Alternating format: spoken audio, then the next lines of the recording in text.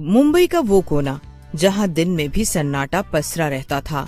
लोग उस सड़क से गुजरने से कतराते थे।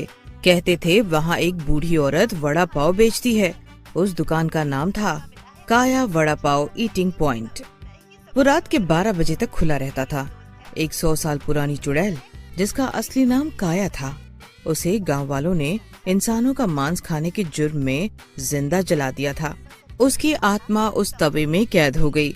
रात के 12 बजे सुनसान गली में जब कोई भूला भटका इंसान गुजरता है तो उस तवे से खून की बूंदें टपकने लगती हैं।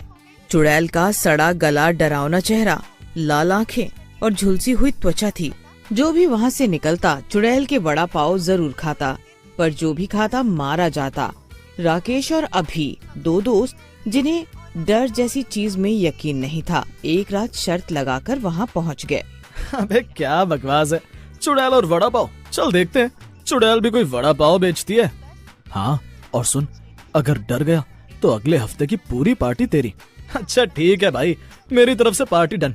अब पहले देखते हैं कौन डरता है। दोनों लड़खड़ाते कदमों से उस दुकान तक पहुँचे। एक भयानक बूढ़ी औरत, झुर्रियों भरा डरावना चेहरा, लाल चमकती हुई आँखें, तवे पर वड़ा पाव मसाला तलती हुई दिखाई दी।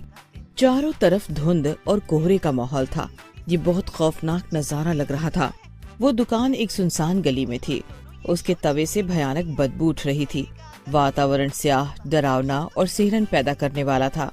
अगल बगल सुनसान, चारों तरफ सन्नाटा। जैसे जैसे दोनों आगे बढ़ते हैं, कदमों की आवाज और उनकी परछाई छोटी होती जा रही थी। कौन है? भूख लगी है क्या? मेरे वड़ा पाव खाकर देखो, तीखी चटनी के साथ मजा आ जाएगा। हाँ अम्मा, 2 वड़ा पाव बना दे। और ये बताओ, तुम चुड़ैल हो क्या?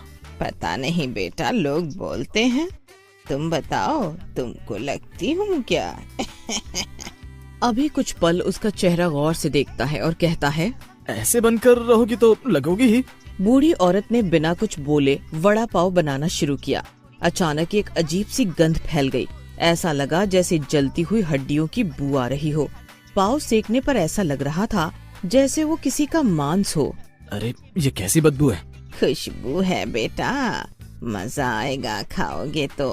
तुमने वेज पाव खाए होंगे, ये नॉन वेज वड़ा पाव है, इसलिए तुम्हें असहज महका रही है। हाँ यार, ऐसा लग रहा है जैसे मांस जल रहा है। शायद ये अम्मा सही कह रही है, मांस का वड़ा पाव अलग महक फैलाता है। चल राकेश, खा लेते हैं, शर्त जो पूरी करनी है।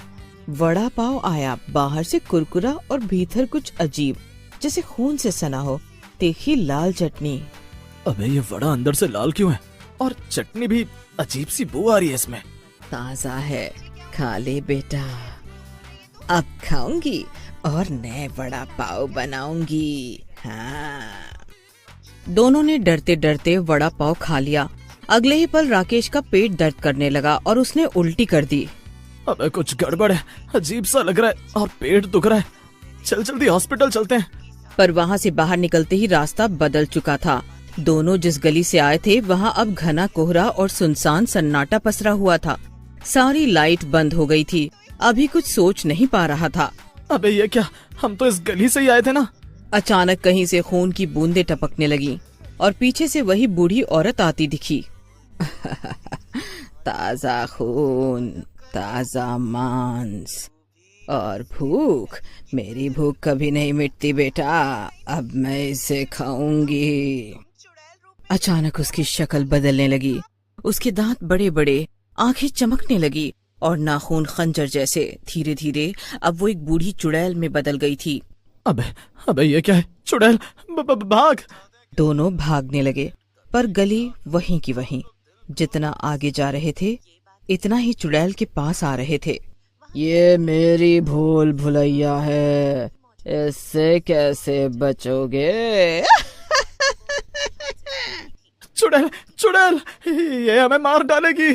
तभी बूढ़ी चुड़ैल ने राकेश की गर्दन पकड़ ली। एक तो गया बेटा, अब मैं किसी को नहीं छोड़ूंगी।